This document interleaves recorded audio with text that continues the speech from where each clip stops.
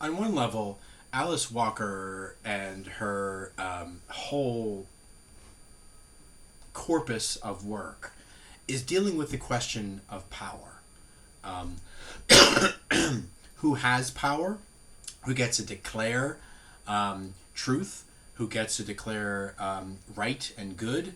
And who literally has power over the bodies of people and the ways that that body is interpreted and understood in society. She's specifically coming from the perspective of black women. She is a black woman, but speaking back to that community exclusively, well, more particularly than exclusively. And in that framing, she sets up this idea of womanism. And that kind of, understanding this idea is going to be sort of what we look at mainly through this video. And what the module mainly looks at is this question of womanism. So starting off, Walker rejects the sense that history is an authorized narrative, which serves a dominant population and ignores the experience of those who don't fit that narrative. So she rejects the sort of the big man theory of history, or the colonial theory of history, or patriarchal vision of history, or what have you, where what is seen as history is seen as those things that are important to remember and the stories that are important to tell, to speak to the experiences of those who are in power, and who are whose way of thinking is dominant in society.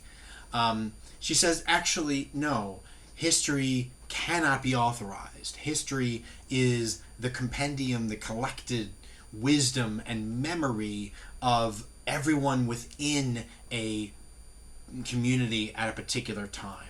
So history isn't, this is what happened, this is the declared, authorized story. Instead, it is a collection of stories from all perspectives, all diverse perspectives within a society. Her approach is to emphasize the memory of oppressed classes, particularly the memory of black women, as an integral tool in constructing history.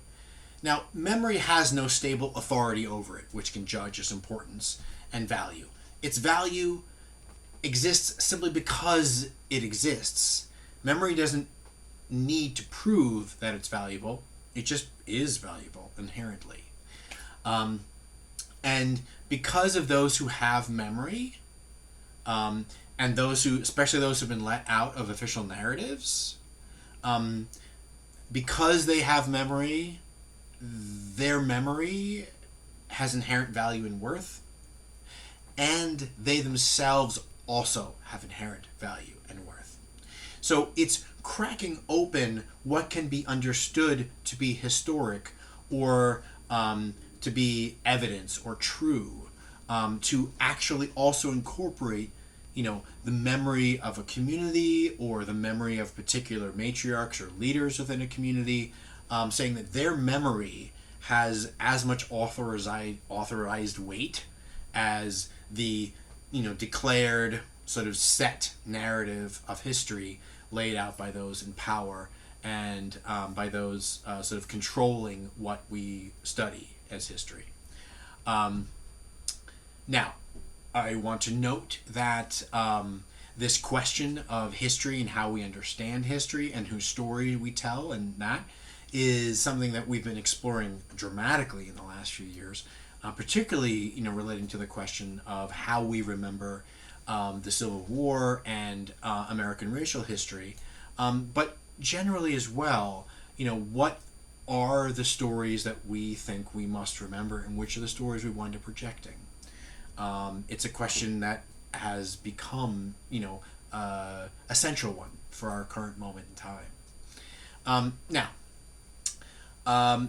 Walker's work emphasized a woman's epistemology, and epistemology is just an examination of how we know what we know and why we know it. Okay, so it's this understanding of knowledge and how knowledge is gained and knowledge is passed on. So by emphasizing a woman's epistemology, encompassing the arts, skills, activities, and knowledge that have been traditionally dismissed as women's work, she allows for a new understanding of these art skills and activities and knowledge that gives them, in a way, returns them to the central place of importance in a culture that they actually do hold. Without the art skills, activities, and knowledge of women, our understanding of our past is oftentimes gone. Women wind up being the holders of this memory. So if we allow the idea that knowledge can be a particular thing, like one's perspective, one's context can frame their understanding of how they gain knowledge, then we can allow that, there is a woman's epistemology, because the experience of women in our society would be different from the experience of men. Again, how Walker frames this, but particularly for we have to understand this through the lens of sort of viewing some classes as oppressed and some classes as not oppressed, and what that does to our understanding of power, but also our understanding of value as well. Now, in the book In Search of Our Mother's Gardens, Walker develops a definition of what she calls womanism, as opposed to feminism. Particularly coming out of this idea of a black woman being a woman, not just sort of a female, but particularly a mature woman who's engaging with really difficult questions and trying to maintain her identity and all that in the midst of this massive framework of oppression. In many words, she says, feminism, in a sense, is not taking the experience of women, particularly black women, seriously enough. And these are serious people with serious concerns, is sort of her idea. So she develops a definition of womanism, which assumed that black women were socially and politically committed to the liberation and growth of black women and the entire community of black people. So a womanist was serious, courageous, willful, and strong, in this sort of four-part framework that she lays out. Now, she then frames this as sort of in four different elements of that. Okay, so first, she says, womanism stems from a black constructions of womanish as the serious and responsible, strong, and in charge opposite of frivolousness. Womanism loves other women, sexually and or non-sexually, preferring that is of women, so culture, women's emotional response, what have you, sort of avoid, preferring the company of women, but universal enough that it encompasses men as well, and it seeks wholeness and gathering together for all people. So in a way, this idea of woman, the second element of it, emphasizes a universality to womanism that particularly is seeking, caring for women, particularly, especially black women, but seeing that there is something inherent in the human person that is universally good.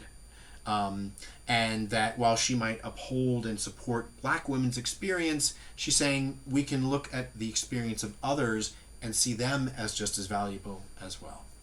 Now, a third element of womanism for Walker is that it loves life, loves joy, loves all things about life, including one's own self, and regardless of any challenge whatsoever. You are living life completely and fully. This idea of sort of joy, black joy, is sort of being a not just sort of a good thing inherently, but also a effective tool against oppression. That joy and loving one's life, destroys the oppressive need for one to hate oneself that is inherent in much of racist sort of frameworks of society. And the fourth thing is womanist is to feminist as purple is to lavender, which is sort of her framing, which says that, if we think of feminists and lavender as similar, and purple, or womanist and purple, then we think of lavender as a color. It is pale, it is not as rich as a color, it's not as deep as a color. whereas purple is an actual, real, full, vibrant color in Walker's, imagining here. So as a result, feminism it's a pale imitation. It's less vibrant, as opposed to womanism, which is richer, deeper, and speaks to much greater and deeper concerns. Now, she explored the nature of the divine through the lens of womanism in her famous book, The Color Purple, where in the letters and conversations, where in their letters and conversations, two characters, Shug and Seeley, as well as Neely, who also is a third character who gets brought in as well, deconstruct this dominant vision of God as a Western imperialist, white, male, bearded dude, who is thus oppressive towards anyone who didn't fit any of these other categories.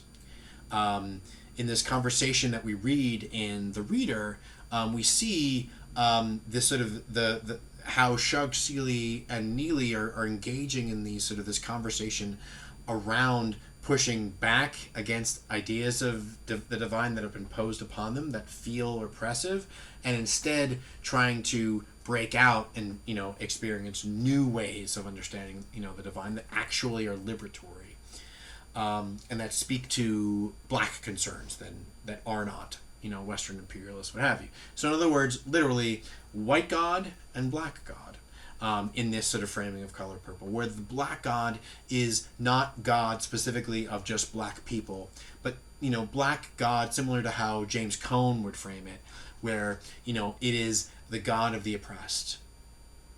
Black God is the God that is sort of amongst all people. Black God is there for everyone, and not just those who fit very particular frameworks, very particular expressions of what it means to be human. So she's not specifically she's making some racial categories here, but it's less about saying that black is better and that white is less.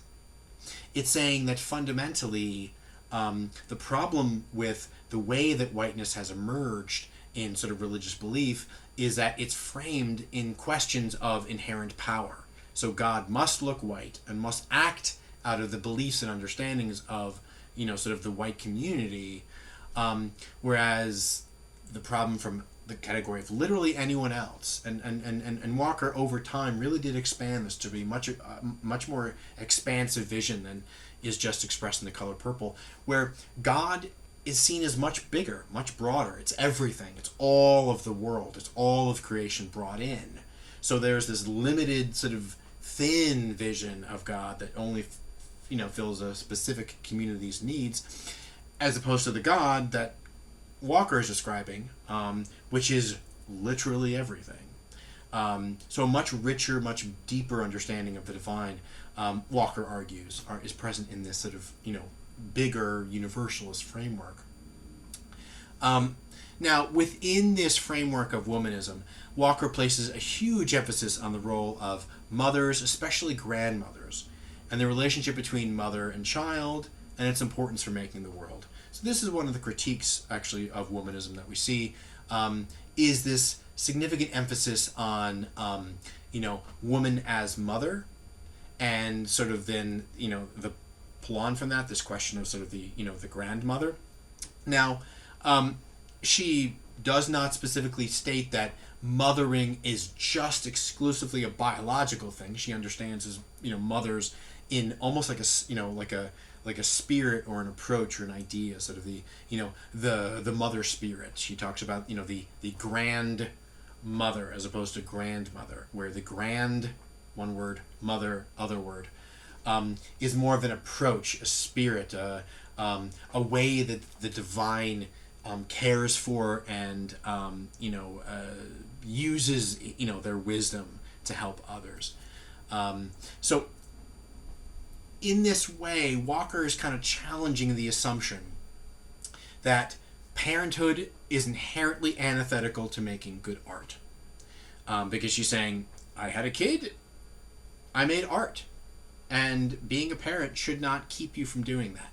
She's still seeing mothering and motherhood as sort of a not like a place to be sort of removed from society, but actually as an essential element, a role to play within society, that, if lived into, is much more communal and actually demands our art and all of our work from us, as well as being good parents. She, of course, in this idea, brings an idea of parenting that's broader, it's more communally focused, and it sort of brings in these grandmothers and elders who sort of help parent. So the parent isn't just going to be the parent, but the parent has this whole role in a community that they play out in all these different other ways. So she's sort of making the argument that we shouldn't just say, this sort of lone artist removed from society. She's saying that our art, our expression, our identity emerges from community and is bounded and understood within a community, and can't really be understood otherwise. Now she then sort of makes this argument, sort of the artist can be an activist. In Search for Our Mother's Gardens, she frames this idea of the womanist revolutionary artist. So by participating in the lives of the people and presenting their voices, the womanist revolutionary artist, one, actively witnesses and records. Two, is concerned with the least glamorous stuff. Three, supports by standing with the people and not with the oppressors of the people. 4, supports and makes public the miracle that black women represent in their struggle for justice and compassion. She has a very significantly strong and robust love for black women, particularly in her work. 5, the womanist revolutionary artist might uncover tension, but must temper their hate. And 6, they must be present and also instruct. So the womanist revolutionary artist has a particular role to play in a community. They're not, again, some lone person off on their own. They are responding to the community. They might live a more solitary life within it, but they are emerging from it and they're speaking back to it. This is an artist that has a role to play and a place, from which to stand. And they are rooted in a community. They cannot be understood outside of it. So for her, the artist is very much sort of a communal endeavor. Now, onto her question of sort of this grandmother idea, this grandmother consciousness. She argues that the grandmother, the idea of grandmother, is sort of more of a almost like a cosmic idea. So it's so interconnected with reality that the grandmother, again, the grandmother principle, the idea, the spirit of grandmotherliness, is so interconnected with reality that she can know all that is happening. In a way, the grandmother is connected with reality and is engaged with it and is present and sort of can feel what's going on and knows what's going on around them. They're interdependent with creation. So in a way, the grandmother is sort of maybe Walker's understanding of like a Holy Spirit, another vision of sort of interdependent spirit, where, the grandmother, idea is akin to the spirit, where in that spirit is interdependent with creation. The Holy Spirit exists amongst us and with us and what have you in that framing. Whereas the grandmother is also interconnected with creation and reality and is immersed in all of our things and is dependent upon us and as we are dependent upon them. So this grandmother spirit is a universalist divine feminine energy, a democratic womanism, which works to keep the community safe. Now, this vision of the divine is really complex, and what makes it even more complex is that it speaks from Walker's sort of rooting over time in Buddhism. She, for any number of reasons that might be pretty obvious, Walker's expression and challenge with sort of institutional Christianity that she talked about in The Color Purple was actually her own opinion and not just those of her characters. She was challenged by institutional white Christianity. and it as a result, she sort of kept searching. She kept trying to find a rooting that would work for her and that would work for her womanist identity and speak to that. So she has at times, claimed being a pagan. In the pagans with the idea that God is creation and creation is God. So that you can see some of that grandmother energy there.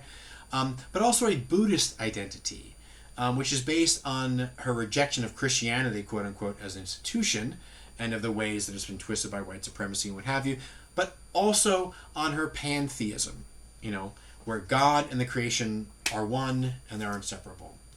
Notably, pantheism is different from another idea in especially Christian theology known as panentheism, which emphasizes the idea that God and the creation are intertwined, they're dependent upon each other. God in a way sort of needs the creation needs God, but that it doesn't say that God is the creation. It's sort of God is sort of through the creation. It's a distinction that might not sort of make sense, but fundamentally it gets to this idea that her pantheism says that the tree is God, whereas a panentheist Christian would say that the tree has been made by God and has the Spirit of God moving through it, as all creation does, but the tree is not divine in and of itself. And that's kind of an important distinction to make here with Walker. Now, her attraction to Buddhism has deep roots in her attraction to meditation as a tool for liberation from whatever oppresses a person in society. So her Buddhism is as much a reclaiming of a conception of spirit that aligns with Womanism as it is liberative. Now, much of the critique of Walker's framing of Womanism comes in the form of an argument over whether womanist is a direct rejection of feminism, and what Walker argues is that its implied whiteness, or whether womanism is inherently feminist and is simply just a subset of feminism. And both frameworks have been understood within womanist theory over time. Now, there have been arguably 3 generations of womanists who have all wrestled with the definition of womanism as well as its boundaries, including whether womanism does or does not equal feminism, or whether womanism is simply black feminism. This matters because it deals with the way each generation wrestled with race and power. And the text really gives a good kind of overview of that idea, of sort of seeing how the concept of womanism, again, Walker lays it out, but over time it has become a much broader idea that is not really hers anymore. She doesn't own it. It's become a field that people then get to push back on and critique and add to in their own ways.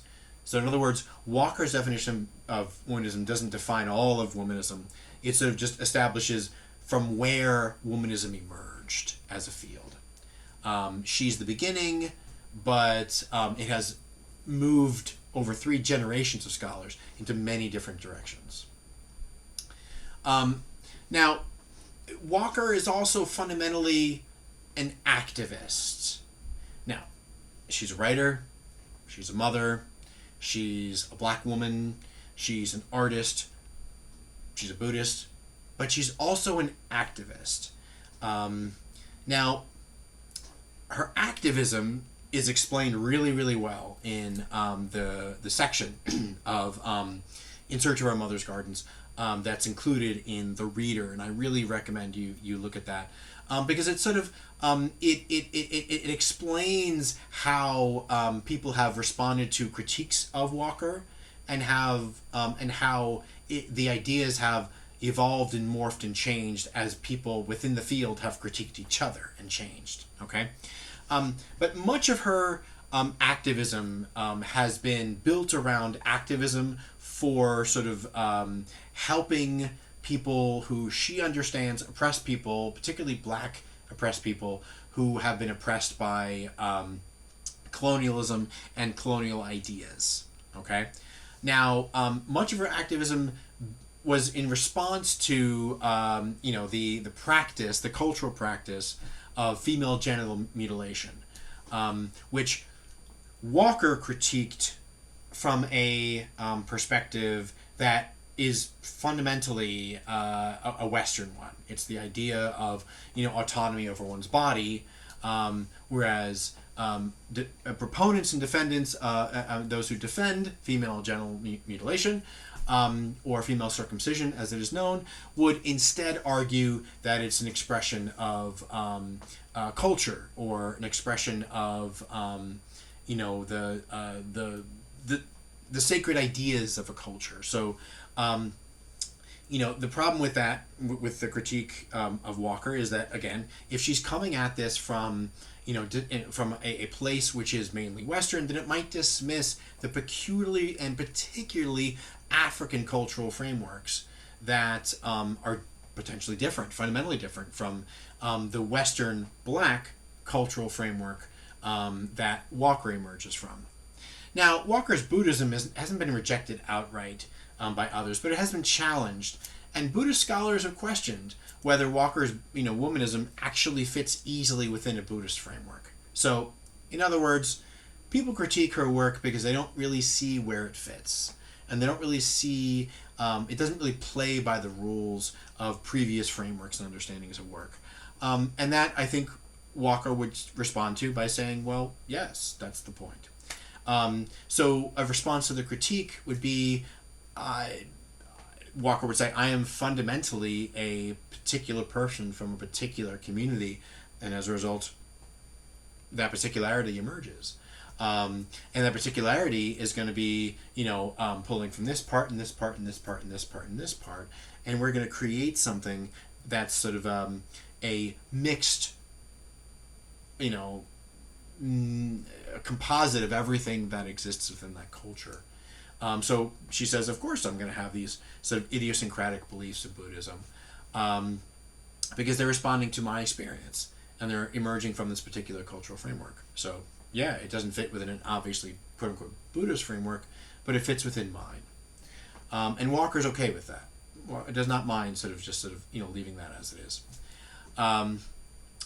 And one of the things, the last things to really remember about Walker is that while she has been, wildly critiqued from many different angles and perspectives, what she's done is really insist on actually engaging with the particular experience of people and treating that experience as inherently valuable. Now, this has been sort of the theme throughout the course, seeing what is inherently valuable and good in particularity, as opposed to sort of universality, sort of an imposed universal that's sort of imposed upon, particular subjects that are non-universal.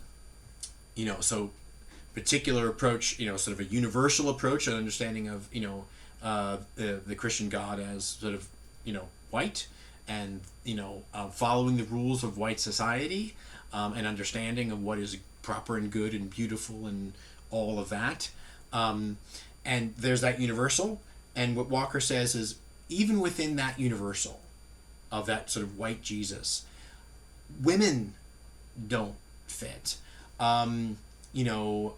People who don't fit visions of masculinity, people who don't fit visions of usefulness or utility, don't fit under that as well. So she's actually, again, making this argument that we shouldn't just say that something is universal because we think it is. We should actually see if it really is universal, because we're likely to find that religious experience is fundamentally an individual thing that is, whose meaning and purpose is communally, sort of stated, in that our experiences respond to an entire community of individuals with diverse beliefs and what have you. So the concept of universal itself is fundamentally challenging, and Walker's gonna, always remind us of that.